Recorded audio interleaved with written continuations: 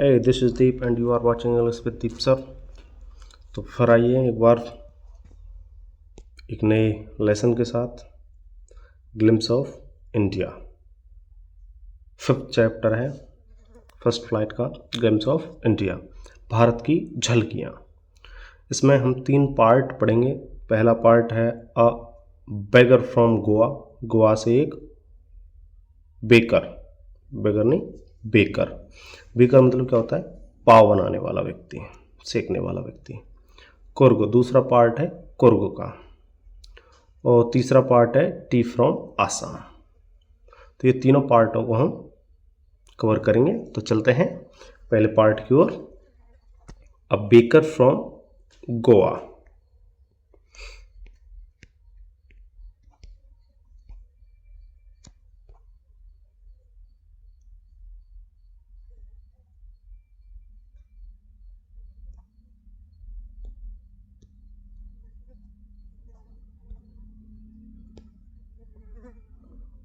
This is a pen portrait of a traditional गांव village baker। ये जो है एक छोटा सा क्या है, पोर्ट्रेट है, मतलब कहानी है। और कहानी है किसके बारे में? पारंपरिक पाव बनाने वालों के बारे में, गोवा के।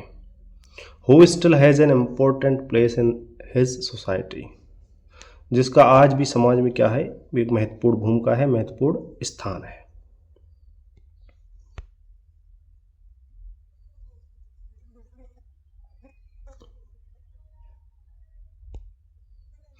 Our elders are often heard, हमारे बुजुर्गों को अक्सर सुना जाता है। Reminiscing nostalgically, reminiscing nostalgically क्या होता है? अतीत के बारे में प्रसन्नता से याद करते हुए। About those good old Portuguese days, उन अच्छे पुराने पुर्तगाली दिनों के बारे में। द पुर्तगीज, पुर्तगाली लोगों के बारे में। And their famous loaves of bread, और उनके फेमस प्रसिद्ध पाव रोटी के बारे में। आज भी हम अपने बुजुर्गों को बड़ी प्रसन्नता से उन्हें याद करते हुए, उनके बारे में बात करते हुए सुनते हैं।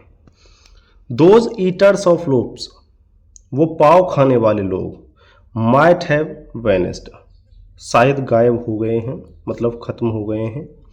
But the makers are still there, लेकिन बनाने वाले तो अब भी वही हैं। We still have amongst us, हमारे बीच आज भी द मिक्सर्स, मिलाने वाले हैं। द मोल्डर्स, सांचे में ढालने वाले हैं। एंड दोज, और वे लोग, हु बेक द लोव्स, जो पाव को सेकते हैं, बेकर, वो आज भी हैं। दोज एज ओल्ड, वो युगों पुरानी, बहुत समय पुरानी, टाइम टेस्टेड फर्नीचर फर्नेसेस, समय की कसौटी पर खरी उतरने वाली वो भट्टियां, स्टिल एग्जिस्ट, आज भी हैं अस्तित्व में। The fire in the furnaces, उन भट्टियों में आग, has not yet been extinguished, अभी भी उन भट्टियों में आग बुझी नहीं है। द थर्ड एंड जिंगल, धम की आवाज़ और झंझनाहट की आवाज़, टनटनाहट की आवाज़। द ट्रेडिशनल बेकर्स बम्बू, उस बेकर के बम्बू की आवाज़, मतलब जो बेकर था वो क्या नहीं कर चलता था अपने साथ में, एक बांस का एक छड़ी लेकर चलता था, तो उसकी धम की आवाज़ और झनकार की आवाज़ आज भी सुनाई देती है। हेराल्डिंग हिज अराइवल, वो अपने आगमन का क्या करता है, घोषणा करता है। इन द मॉर्निंग, सुबह में, मतलब जब सुबह होती है तो वो अपने आगमन के बारे में कैसे बताता है, अपने बम्बू से, अपने बांस से झनकार की आवाज़ में और धड़ की आवाज़ में करते हुए आता है आवाज़, वो तो पता चल जाता है कि वे बेकर आ गया। Can still be heard in some places, वो आज भी कुछ स्थानों पर सुनी जा सकती है वो आवाज़। मे बी, शायद the father is not alive, शायद हो सकता है पिता जीवित ना हो। But the son still carries on the family profession, लेकिन आज भी क्या है, उनके बच्चे कैरी ऑन, चला रहे हैं, द फैमिली प्रोफेशन, पारिवारिक व्यवसाय को, पारिवारिक काम को बच्चे आज भी कर रहे हैं, चला रहे हैं। दीज बेकर्स, ये पाव बनाने वाले, इवन टुडे आज भी नॉन एज पैटर इन गोवा, गोवा में पैडर के नाम से जाने जाते हैं। ड्यूरिंग आवर चाइल्डहुड, हमारे बचपन के दौरान इन गोवा, गोवा में जब हम बच्चे थे तो उस बचपन के दौरान द बेकर, वो पाव बनाने वाले, बेचने वाले, use to be our friend, हमारे मित्र हुआ करते थे। जो बेकर होता था वो हमारा मित्र होता था, कंपेनियन, साथी होता था, एंड गाइड, मार्गदर्शन करने वाला होता था। He use to come at least twice a day, वो दिन में कम से कम 2 बार तो आता ही था। 2 बार मतलब हम उसे देखते थे। वंस, एक बार तो तब आता था, व्हेन ही सेट आउट, जब वो निकलता था, इन द मॉर्निंग, सुबह, ऑन ए सेलिंग राउंड, अपनी बिक्री के लिए। ऑन ए सेलिंग राउंड मतलब अपनी बिक्री के लिए, पाव बेचने के लिए जब वो सुबह सुबह निकलता, एक तो तब आता था। एंड देन अगेन, और फिर वो तब आता था, व्हेन, जब he return after emptying his huge basket, जब अपनी ह्यूज मतलब बड़ी और बास्केट मतलब टोकरी को एम्प्टिंग, खाली करके, मतलब जैसे ही बेच आता था अपने सारे पाव को तो बास्केट खाली हो जाती थी, उसे लेकर वो लौट कर आता था। द झिंगलिंग थर्ड ऑफ हिज बम्बू, उसके बांस की झनकार की धमकी आवाज़, वोक अस अप, हमें जगा देती थी, फ्रॉम स्लीप, नींद से, and we ran to meet, हम उससे मिलने के लिए दौड़ते, एंड ग्रीट हिम, और उसका अभिवादन करने के लिए दौड़ के जाते थे। वाई वॉज इट सो, ऐसा क्यों था? वाई वॉज इट सो, ऐसा क्यों था? Was it for the love of the loaf, क्या ये पाव के लिए हमारा प्रेम था? नॉट एट ऑल, बिल्कुल भी नहीं, ऐसा नहीं था, पाव से मतलब नहीं था। द लोफ्स, जो पाव होते थे, वर बॉट बाई सम पैस्किन और बेस्टन, the maid servant of the house, मतलब घर की नौकरानी थी, मेड सर्वेंट नौकरानी, एक तो पास्किन नाम की और एक बेस्टन नाम की, उनके द्वारा लोफ्स को ले लिया जाता था, खरीदा जाता था। तो हमारा तो कोई काम ही नहीं था वहां। वाट वी लॉन्ग फॉर, जिस चीज की हम आशा करते थे, वर दोज ब्रेड बैंगल्स, वो क्या थी? वो ब्रेड बैंगल्स थी, पाव की चूड़ियां थी। चूड़ियां मतलब पहनने के लिए, चूड़ियों से मतलब पहनने वाली चूड़ियां नहीं है, चूड़ियां मतलब जो पाव होता था वो गोल गोल होता था, रिंग के आकार का। विच वी चोज केयरफुली, जिसको हम बड़े अच्छी तरह से चुनते थे, सावधानीपूर्वक चुनते थे। समटाइम्स, कभी कभी, it was sweet bread of special में, कभी कभी तो ये अच्छी तरह से बनाया जाता मीठा ब्रेड होता। The baker,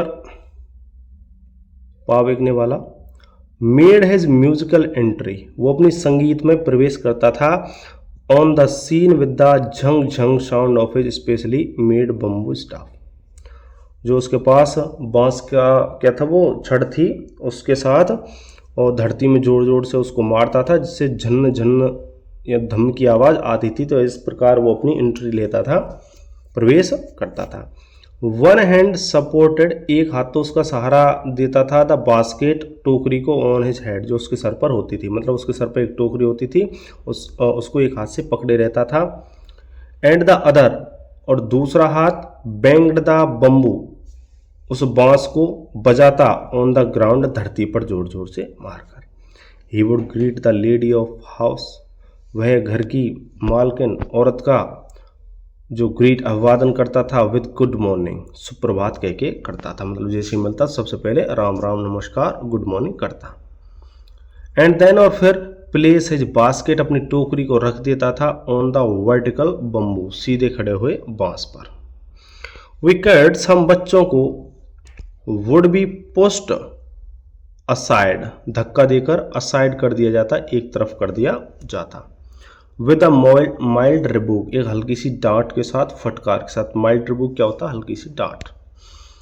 and the loaves would be delivered to the servant, और लोब्सों को, पाव को नौकरों के लिए दे दिया जाता। डिलीवर का मतलब दे दिया जाता।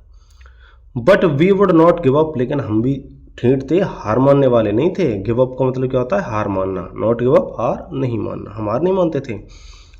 We would climb a bench, या तो हम बेंच पर चढ़ जाते, और द पैरापेट, या फिर मुंडेर पर चढ़ जाते, मतलब कोई थोड़ा सा ऊंचा स्थान।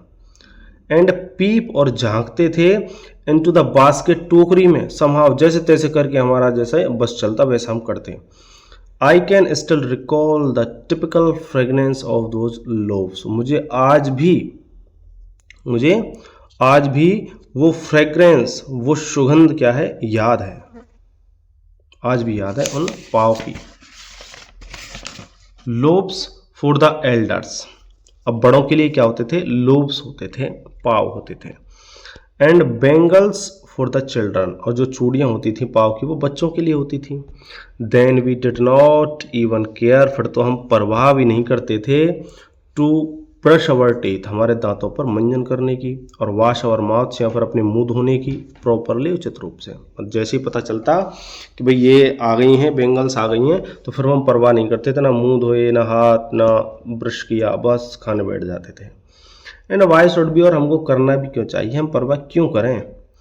Who would take the trouble of, ऐसी समस्या कौन उधार लेगा, कौन लेगा ये समस्या, ऑफ प्लकिंग, तोड़ने की, द मैंगो लीव, आम की दातुन या आम का पत्ता, फॉर द टूथब्रश, टूथब्रश के लिए, मंजन करने के लिए, कि पहले आम की पत्तियाँ दातुन तोड़ के लाओ फिर ब्रश करो, ऐसी समस्या कौन मोल लेगा। And why was it necessary at all, और बिल्कुल भी ये जरूरी क्यों था।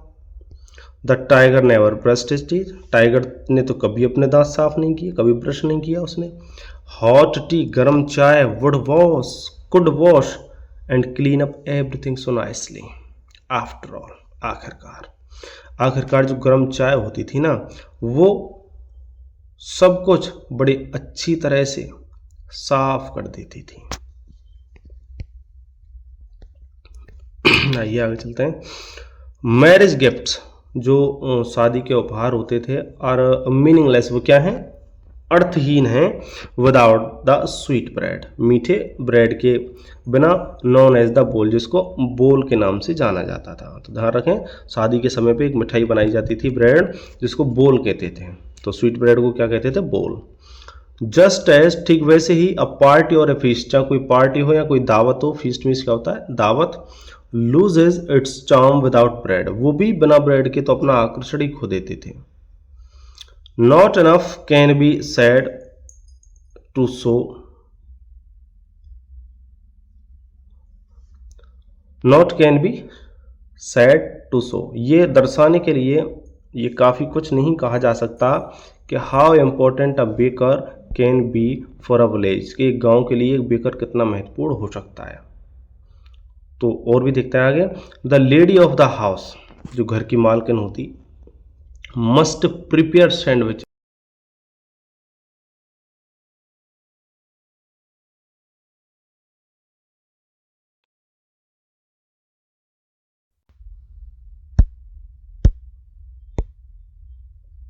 On the occasion of her daughter's engagement, अपनी पुत्री की सगाई पर, मतलब जब पुत्री की सगाई होती तो उसे जरूर ही सैंडविच बनानी होती। केक्स एंड बोलेनहास, केक और बोलेनहास नाम की एक मिठाई है, are a must for Christmas and as well as other festival, मतलब क्रिसमस का त्यौहार और दूसरे फेस्टिवल, दूसरे त्योहारों पर बोलेनहास नाम की मिठाई और केक जरूर बनाए जाते हैं। थस इस प्रकार the presence of the baker's furnace in village is absolutely essential, तो इस प्रकार बेकर की भट्टियों की जो उपस्थिति है इन द विलेज, एक गांव में, इज एब्सोल्युटली एसेंशियल, वो बहुत ही बिल्कुल क्या है, आवश्यक है, परम आवश्यक है, एसेंशियल। द बेकर और द ब्रेड सेलर, आप बेकर कहो या ब्रेड सेलर कहो, ब्रेड बेचने वाला, ऑफ दो डेज, उन दिनों में, हैड अ पेक्यूलर ड्रेस, उसकी एक विशेष पोशाक होती थी, नॉन एज द कबाई, उसको कबाई के नाम से जानते थे। ध्यान रखें, बेकर की एक स्पेशल ड्रेस होती है, इसको कबाई कहते थे। It was a single piece long frock, ये क्या होता था, एक ही कपड़ा होता था, लंबी फ्रॉक सा, reaching down to the knees, घुटनों से नीचे तक पहुंचती थी ये ड्रेस। इन आवर चाइल्डहुड, हमने अपने बचपन में वी शो देखा था, बेकर्स, बेकरों को, वियरिंग शर्ट, एक शर्ट पहने हुए, एंड ट्राउजर, पायजामा पहने हुए, विच वर शॉर्टर देन फुल लेंथ, जो पूरी लंबाई से थोड़े कम होते थे, and longer than half pants, जो हाफ पैंट होते हैं, कैफरी वगैरह हम बोलते हैं, घुटनों तक जाते हैं, उनसे थोड़े लंबे होते थे।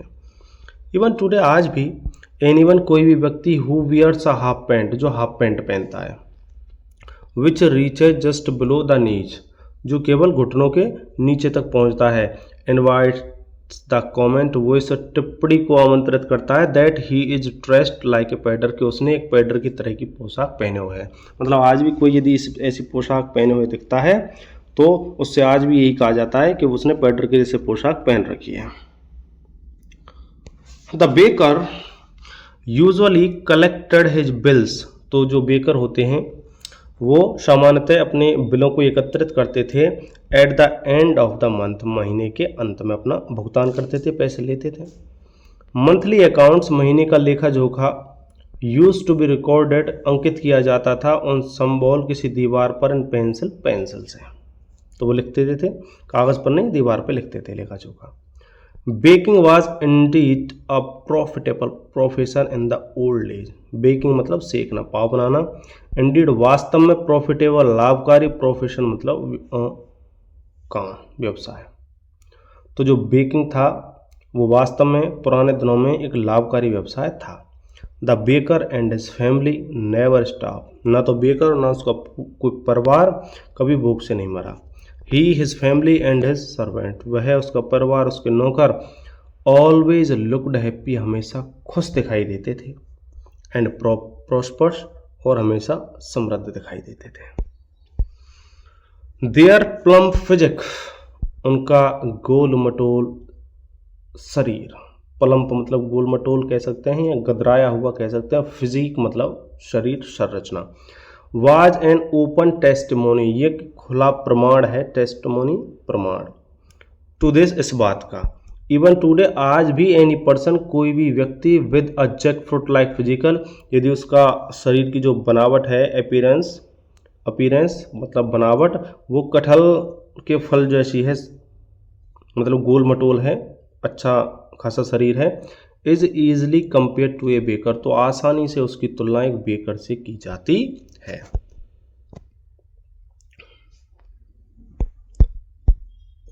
तो यहाँ पे आपका ये फर्स्ट पार्ट खत्म होता है।